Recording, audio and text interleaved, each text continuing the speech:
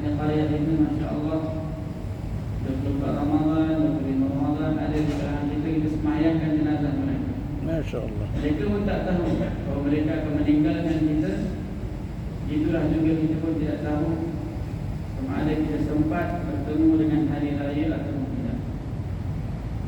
Yang pastinya waktu dan saat detik ketika ini merupakan anugerah peluang daripada Allah. Maka sama-samalah kita gunakan dengan sebaik mungkin sebelum kita terlepas daripada genggaman tangan kita akan anugerah-anugerah ganjaran-ganjaran yang disediakan oleh Allah Subhanahu wa taala. Jadi pada pagi yang mulia ini saya nak bacakan satu hadis Nabi sallallahu alaihi wasallam sebagai muhasabah ini kita semua. Sebagai muhasabah. Kerana Nabi sebut innamal a'malu bil khawatim. Sesungguhnya amal bergantung dikira pada pengakhirannya, pada penghujung.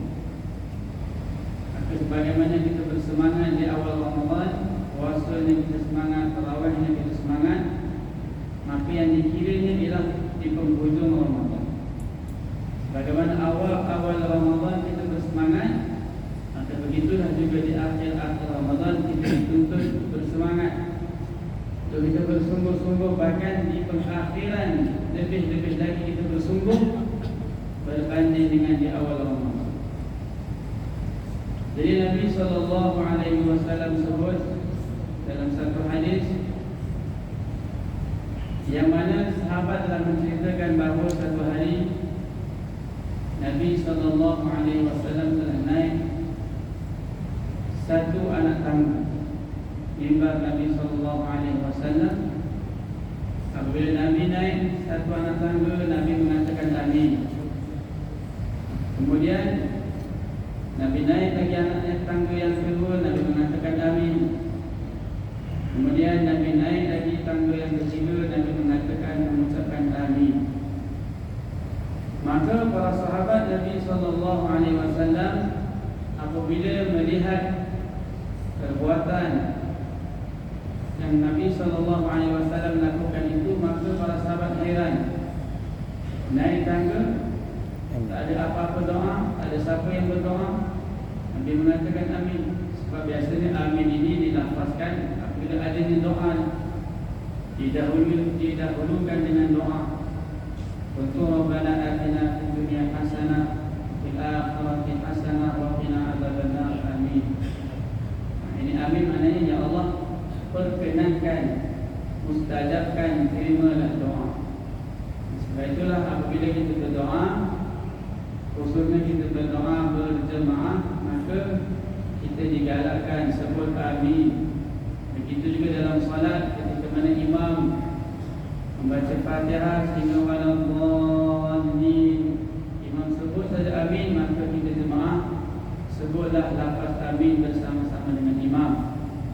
Kerana Nabi SAW sebut, barang siapa yang mana ucapan amin yang bertepatan dengan para malaikat, maka pasti doanya akan diterima oleh Allah Subhanahu wa taala. Jadi maka perbuatan Nabi ini telah mengelirukan sahabat, menjadikan sahabat-sahabat Nabi heran dengan tindakan Nabi. Maka sahabat bertanya kepada Nabi, ya Rasulullah, laqad sami'na minka al-yawma syai'an ma kunna nasma'u.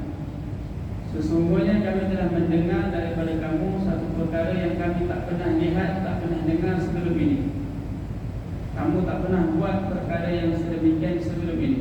Tak pernah naik mimbar, kumpulkan jemaah, kumpulkan sahabat, kemudian naik satu tangga, kata amin, naik tangga kedua, kata amin, naik tangga ketiga, kata amin. Tak pernah Nabi buat sebelum ini. Maka Nabi SAW menjawab, Nabi beritahu kepada para sahabat Nabi, Inna Jibril alaihi salam arada li faqala ba'da man adraka Ramadan falam yughfar lah. Nabi SAW beritahu kepada sahabat Nabi, wahai sahabat-sahabatku, sesungguhnya Jibril alaihi salam telah datang kepadaku Sebenarnya ketika Nabi SAW naik satu anak tangga daripada mimbar Nabi, Jibril AS telah beritahu, telah berdoa, telah mengucapkan bahawa rugilah, ba'udah, jauhlah, binasalah, rugilah sesiapa yang bertemu dengan Ramadan tetapi falam yughfar lahu, tetapi masih lagi belum diampunkan dosa-dosa. Dah bertemu dengan Ramadan, dah bertemu dengan bulan Ramadan, 1 Ramadan, 2 Ramadan, sehinggalah ke 27 Ramadan, tetapi dosa-dosa masih lagi belum diampunkan oleh Allah. Apa tanda dosa? فَمَنْ يُرِدِ اللَّهُ أَنْ يَهْدِيَهُ يَشْرَحْ صَدْرَهُ لِلْإِسْلَامِ وَمَنْ يُرِدْ أَنْ يُضِلَّهُ يَجْعَلْ صَدْرَهُ ضَيِّقًا حَرَجًا كَأَنَّمَا يَصْعَدُ فِي السَّمَاءِ. Tanda orang yang diberikan taufik, yang diberikan hidayah, yang telah diampunkan dosa-dosanya, hatinya akan bersih, suci sesuci-sucinya. Maka daripada kebaikan, kesucian hatinya itu akan memudahkannya untuk mentaati perintah Allah Subhanahu wa taala.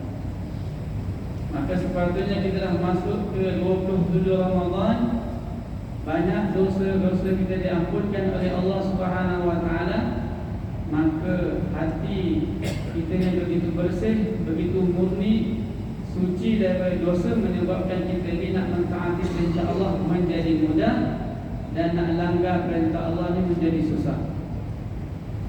Tetapi andai kata kita merasakan dalam diri kita, kita tanya pada diri kita masing-masing, istafti qalbak. Nabi SAW beritahu, istafti qalbak, tanyalah hati kamu, minta pandangan, tanya pada hati kamu, macam mana keadaan kamu.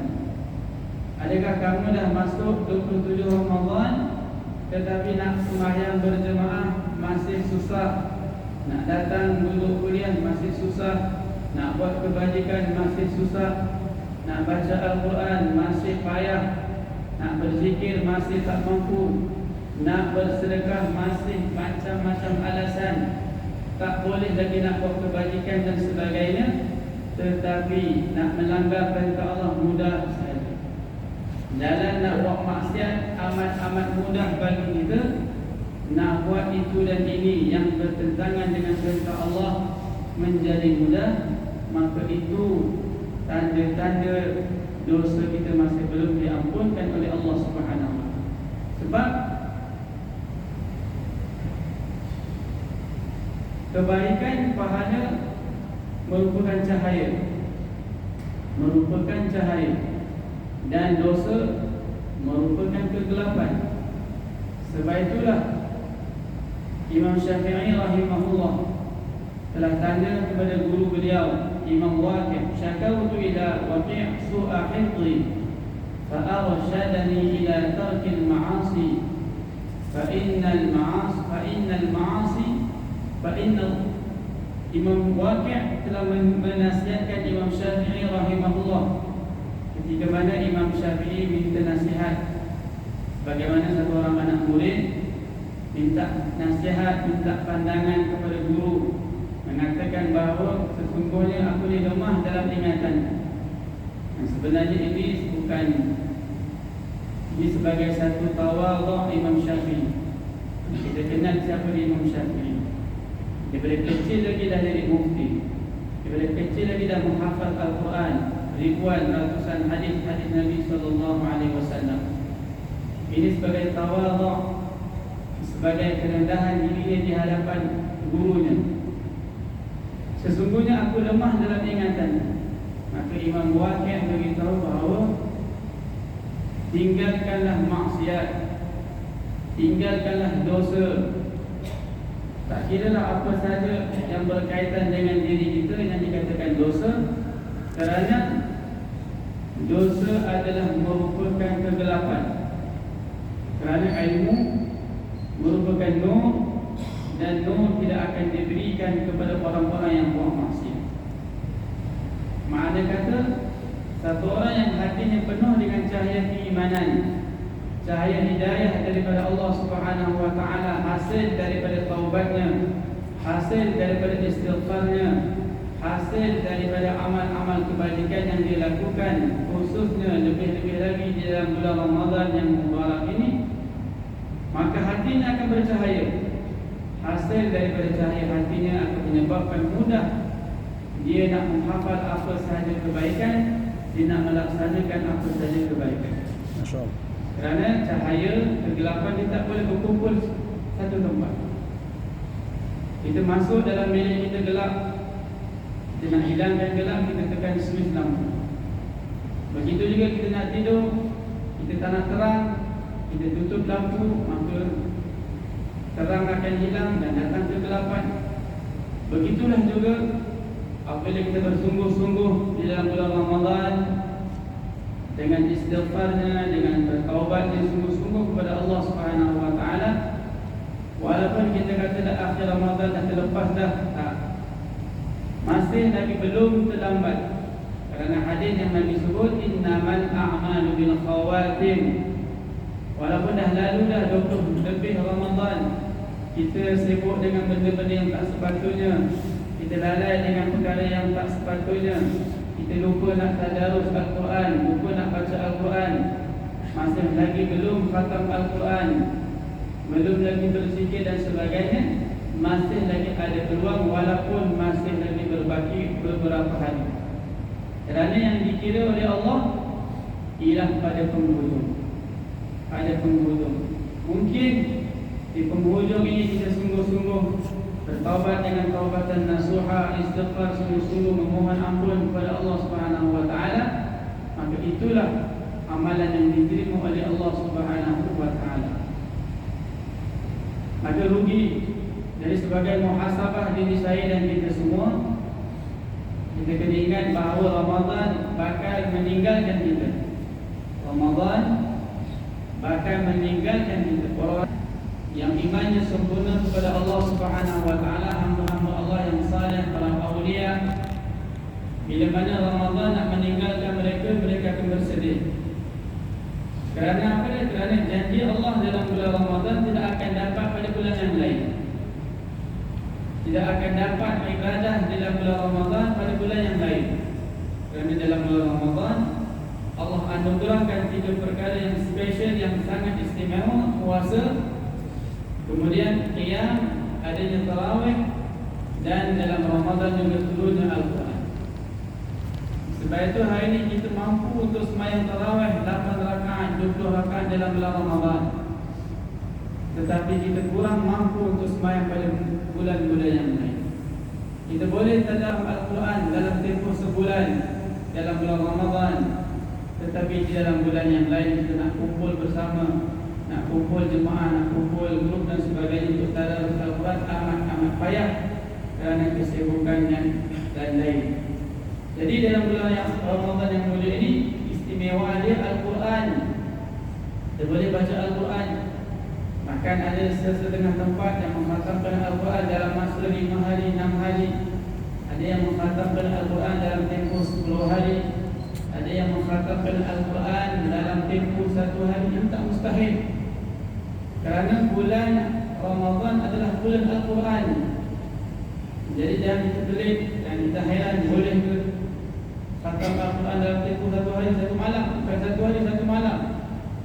Bermula daripada Isyak sehingga sebelum sahur selesai 30 juz. Boleh ke? Tak boleh. Tak boleh kerana bulan Ramadan adalah bulan Al-Quran. Bulan Ramadan adalah bulan Al-Quran. Yang pelik ialah masuk bulan Ramadan tapi Quran masih tak buka-buka lagi. Dan masuk dalam bulan Ramadan, Al-Quran masih lagi belum baca lagi. Maka rugilah kita dengan perbuatan kita itu. Kita dah masuk dalam satu gudang daripada gudang-gudang emas, satu lembah daripada lembah-lembah emas, tetapi kita keluar dalam keadaan tangan kosong. Kita keluar dalam keadaan kita tak dapat apa-apa. Kita tak kutip sedikit pun emas yang sepatutnya kita boleh dapat. Maka kita lah menjadi orang yang rugi serugi-rugi. Jadi sebagai muhasabah pada kita semua, moga-moga berbagi sehari dua ini kita gunakanlah sebaik mungkin. Bukalah Al-Quran, berzikirlah kepada Allah, bersalawatlah ke atas Rasul sallallahu alaihi wasallam, bersedekahlah apa yang kita mampu kita sedekah. Belanjakan sedikit harta yang kita ada untuk jalan Allah Subhanahu wa taala. Yang kedua, Nabi sallallahu alaihi wasallam beritahu apabila aku naik anak tangga yang ketiga, Jibril alaihi salam berkata bahawa celakalah orang yang mana dengan nama aku disebutkan di hadapannya tetapi dia tak sebut, tak selawat ke atas. Maka aku kata amin. Maka golongan yang kedua yang akan mendapat kecelakaan, yang akan mendapat kehinaan, yang akan jauh daripada rahmat Allah, ialah seseorang yang mana nama Nabi sallallahu alaihi wasallam disebut di hadapannya. Qala Rasulullah sallallahu alaihi wasallam. Maka apa yang betul disebut? Sallallahu alaihi wasallam. Dalam tarawih bila kata pada Allahumma salli ala Muhammad sallallahu alaihi wasallam alaihi. Berselawat atas Nabi. Jangan imam bila Allahumma salli ala Muhammad kita buat tak tahu. Kita sibuk sembang dan sebagainya. Sedangkan bila perintahkan kita terus selawat, kerana perbuatan selawat ini bukan yang perbuatan manusia sahaja, bukan perbuatan malaikat sahaja berselawat, bahkan Allah sendiri berselawat ke atas Rasul sallallahu alaihi wasallam. Inna Allaha wa malaikatahu yusalluna 'alan nabi ya ayyuhalladzina amanu sallu 'alaihi wa sallimu taslima. Bayangkan berselawat ini Allah Subhanahu wa taala yang lakukan. Inna Allaha, sesungguhnya Allah dan para malaikat yusalluna 'alan nabi, berselawat ke atas Nabi. Allah mencuri rahmat ke atas Nabi-Nya. Para malaikat berselawat ke atas Nabi-Nya. Maka kita sebagai orang yang beriman diperintahkan oleh Allah untuk berselawat ke atas Nabi. Maka bila mana nama Nabi disebut di hadapan kita, maka kita selawat sallallahu alaihi Muhammad sallallahu alaihi wasallam. Sekurang-kurangnya sekali dalam satu majlis, kita bila mana disebutkan nama Nabi sallallahu alaihi wasallam, kita berselawatlah sallallahu alaihi Muhammad. Moga-moga dengan perbuatan kita tadi kita terselamat diri kita daripada mendapat doa daripada malaikat, iaitu terjauh daripada rahmat Allah Subhanahu wa taala. Malaikat yang maksum yang berdoa. Bayangkan satu malaikat yang maksum yang mana taat pada Allah Subhanahu wa taala, tak pernah memaksiati Allah, yang begitu hampir dengan Allah. Jibril alaihi salam. Siapakah Jibril?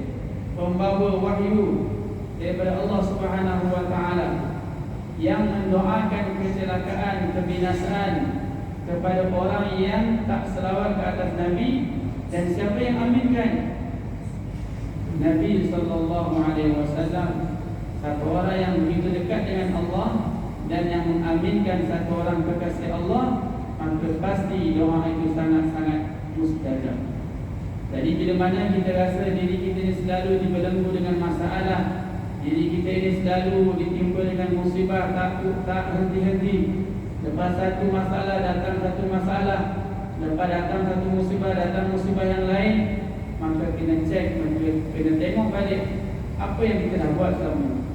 Adakah kita dah selawat ke atas Nabi sallallahu alaihi wasallam, ataupun bila disuruh selawat kita kata tak payah selawat lah.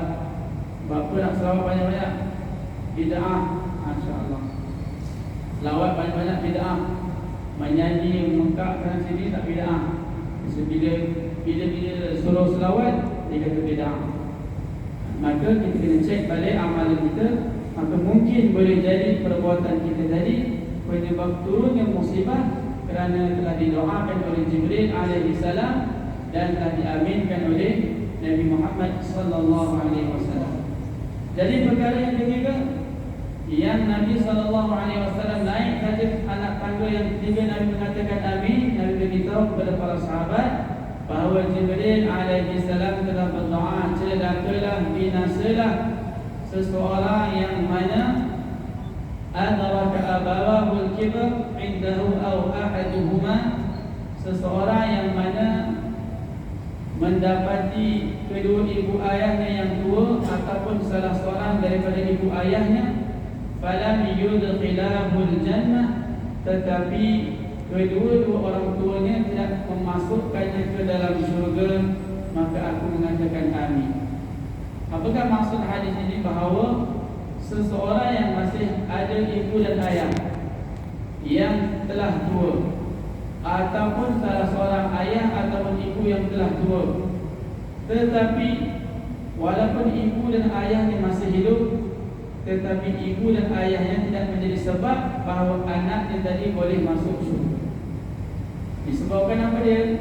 Disebabkan perbuatannya, disebabkan anaknya tidak mengambil berat, tidak mengambil hal, tidak mengambil tahu tentang kedua ibu ayahnya, tidak berkhidmat kepada ibu ayahnya yang telah tua, mengabaikan kebaikan-kebajikan kedua ibu ayahnya, apatah lagi memutuskan silaturahim terhadap kedua ibu ayahnya, maka dia ini telah mendapat doa daripada malaikat bahawa celakalah orang ini. Sebab itulah azab orang yang mana mengabaikan ibu ayahnya, memutuskan silaturahim dengan ibu ayahnya, maka azabnya bukan sahaja di dunia, bahkan azabnya bukan sahaja di akhirat, bahkan di dunia lagi kesan buruk daripada keingkarannya ataupun perbuatan yang membiarkan ibu dan ayahnya yang masih hidup. Sebab itulah kita berada di hujung-hujung Ramadan. Di samping kita bersemangat, kita bersedekah di sana dan di sini, di masjid, di surau, di tempat sekolah-sekolah dan sebagainya, maka janganlah kita lupa, janganlah kita abaikan hak-hak orang tua kita, ibu dan ayah kita. Apatah lagi mereka yang memang memerlukan bantuan, sumbangan, bahkan tak sepatutnya kita katakan ini sumbangan daripada satu orang anak, tak. Itu bukan sumbangan, itu hak mereka. Itu adalah hak mereka. Sebagaimana daripada kecil ibu menyusukan anak, daripada alam rahim ibunya, dalam alam rahim ibu, dan kemudian melahirkan anak dalam penuh kesakitan, kesusahan, penderitaan, dipelihara lagi, dijaga, diberi susu, dimakan, minum, tidak mahu anaknya tadi bayi tadi disusahkan, disakiti dengan apa-apa sekalipun, disekolahkan, diberikan pelajaran. Maka apabila ibunya telah tua, anaknya mengabaikan hak ibunya, maka orang yang seperti ini akan mendapat doa daripada makhluk yang sangat-sangat dekat dengan Allah, yaitu Jibril alaihi salam, dan diaminkan oleh Nabi Muhammad dengan doa ba'uda, celakalah orang ini, binasalah orang ini, rugilah orang ini. Jadi bila mana kita rasa hidup tak senang, hidup sentiasa banyak masalah, maka kita lihatlah muhasabah, adakah di dalam ketiga-tiga kategori doa ini ada dalam diri kita ataupun tidak. Dah masuk bulan Ramadan, tetap tak nak taubat, tetap tak beristighfar, maka kita hadaplah 11 bulan dalam keadaan hidup kita akan ditimpa bermacam-macam masalah dan musibah. Hidup dalam majlis dengan nama Nabi SAW, tapi abaikan berselawat ke atas Nabi, maka rasakanlah kesusahan dalam kehidupan kita. Mak ayah masih hidup, dah tua, kita tak jaga mereka, tak pelihara mereka, tak jaga kebajikan dan sebagainya, maka rasalah kesusahan, kebinasaan. Ba'uda, celakalah seseorang itu yang mana mengabaikan kebajikan ibu ayah. Jadi satu orang yang mana ibu ayah dah meninggal dunia, macam mana nak buat? Mungkin selama ibu ayahnya masih hidup, dia tak menjaga hak ibu ayahnya, dan ibu ayahnya telah kembali kepada Allah, telah dijemput oleh Allah, maka buatlah baik dengan sesiapa sahaja yang rapat dengan ibu ayah, makcik-pakciknya, kawan karibnya dan sebagainya. Moga-moga Allah Subhanahu wa taala mengampunkan dosa. Hadirin hadirat yang dirahmati oleh Allah Subhanahu wa taala, jadi ini hadis yang kita dengar pada pagi yang penuh dengan kemuliaan ini. Kita berada di pagi 27 Ramadan, maka kita usahakanlah kita muhasabah diri kita yang masih belum mengkhatamkan Al-Quran, kita khatamkan Al-Quran. Yang masih belum buka Al-Quran, yang masih belum baca Al-Quran, bukalah Al-Quran, tengoklah, renunglah Al-Quran, ciumlah Al-Quran. Kerana Al-Quran inilah yang akan menjadi peneman kita dalam kubur. Peneman kita dalam kubur bukan isteri kita, bukan suami kita, bukan anak-anak kita, bukan sesiapa orang-orang yang hebat di antara kita, tidak. Yang akan menjadi peneman kita dalam kubur ialah Al-Quran.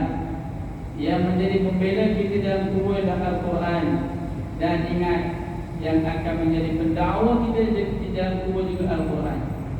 Kalau kita banyak baca Al-Quran, beramal dengan Al-Quran, sampaikan isi kandungan Al-Quran kepada orang lain, maka Al-Quran akan menjadi pembela kita. Hujjatun laka. Seandainya, sebaliknya Al-Quran kita abaikan, Al-Quran kita biarkan, kita samakan Al-Quran dengan surat-surat khabar, kita samakan Al-Quran dengan majalah-majalah, kita samakan Al-Quran dengan perkara-perkara yang lain. Baca pun tak apa, tak baca pun tak apa, tak ada hal. Kita merasakan seperti itu, maka Al-Quran ini akan menjadi hujjatun alaika, akan mendakwa kamu di akhirat nanti. Apa alasan yang kita boleh bagi di hadapan Allah? Allah bagi kita harta, Allah bagi kita nyawa, Allah bagi kita kesihatan, tetapi kita abaikan tentang pembelajaran Al-Quran dengan alasan saya sibuk, dengan alasan saya tak boleh, dengan alasan bermacam-macam alasan, 1000 alasan. Sedangkan untuk benda-benda yang lain tak ada satu alasan pun. Untuk dunia nak bagi satu alasan pun kita rasa malu. Kalau tak pergi sekolah nanti dia buat apa? Kalau tak belajar untuk tuition nanti orang kata apa pula? Tetapi untuk Al-Quran, untuk belajar Al-Quran, macam-macam alasan diberikan. Tak ada masa, tak pandai, tak reti, tak ada duit, mahal dan sebagainya. Maka apa yang kita akan boleh jawab di hadapan Allah Subhanahu wa ta'ala. Jadi kita gunakan masa-masa yang ada, insya-Allah. Dan kita yang masih ada ibu dan ayah, ibu ayah yang telah meninggal dunia, kita isalus sawab, sampaikan pahala untuk mereka. Berilah makan kepada sesiapa dengan niat, pahalanya disampaikan kepada ibu ayah kita. Dan jangan kita ingat, kita buat seperti itu, kita tak dapat pahala, tak. Kita dapat pahala, dan ibu ayah kita yang telah meninggal pun akan dapat kesan kebaikan daripada kebaikan yang kita lakukan di atas muka bumi. Dan ibu ayah yang masih ada, yang masih sihat, yang uzur, sebahagian yang telah uzur, maka ziarahilah mereka, lakukanlah kebaikan untuk mereka, ziarahilah mereka, buatlah kebaikan yang termampu untuk mereka. Jangan disebabkan perbuatan kita ini mereka terasa hati dengan kita, mereka terkecil hati dengan kita, maka perasaan mereka ini akan menyebabkan hidup kita ini akan sengsara, hidup kita ini akan susah, hidup kita ini akan ditimpa musibah demi musibah. Kerana ini bukan saya kata, maka ini Nabi SAW yang mengatakan demikian. Kalau kita rasa susah dalam hidup kita, mungkinlah ada benda-benda bergaduh dengan mak, bergaduh dengan keluarga, dengan ibu ayah, bergaduh dengan adik-beradik. Dan juga dalam kita bersedekah, maka ingatlah juga ibu ayah kita dan juga adik-beradik.